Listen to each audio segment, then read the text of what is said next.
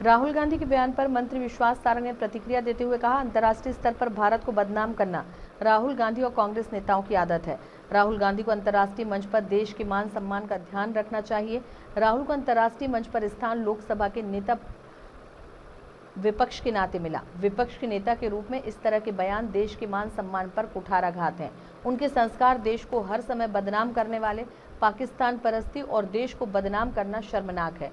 राहुल गांधी के चीन की तारीफ करने के बयान पर मंत्री सारंग ने निशाना साधते हुए कहा, राहुल गांधी और कांग्रेस नेता चीन और पाकिस्तान परस्ती की बातें करते हैं।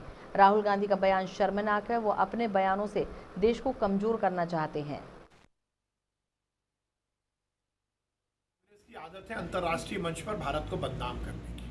वो भूल रहे हैं कि भारतीय जनता पार्टी आज इस देश में सरकार में है और आप अंतर्राष्ट्रीय स्तर पर जाते हो तो आपको हिंदुस्तान के, अपने देश के मान और सम्मान का ध्यान रखना चाहिए। देश में आप राजनीति करो, कोई दिक्कत नहीं। और राहुल गांधी को ये समझना चाहिए कि राहुल गांधी की काबिलियत के कारण उन्हें वो मंच नहीं मिला। यदि अंतर्राष्ट्रीय स्तर पर अमेरिका में जाकर वो मंच साझा कर रहे हैं, इसलिए कर रहे हैं कि वो लोकसभा में विपक्ष के नेता हैं। अब विपक्ष के नेता के रूप में यदि वो इस तरह के बयान देंगे तो ये संपूर्ण हिंदुस्तान का मान और सम्मान के प्रति कुठाराघात है।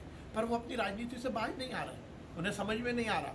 उनके संस्कार यही कहते हैं कि हर समय हिंदुस्तान को बदनाम करो।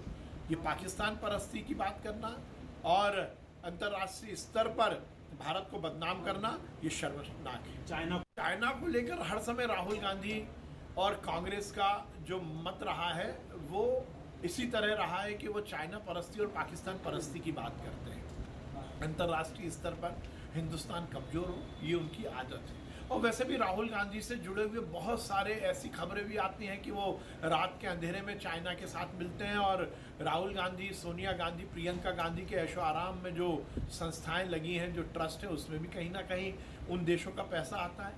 मुझे शर्म आती है और मुझे बहुत दुख होता है कि इस तरह के बयान देकर वो हिंदुस्तान को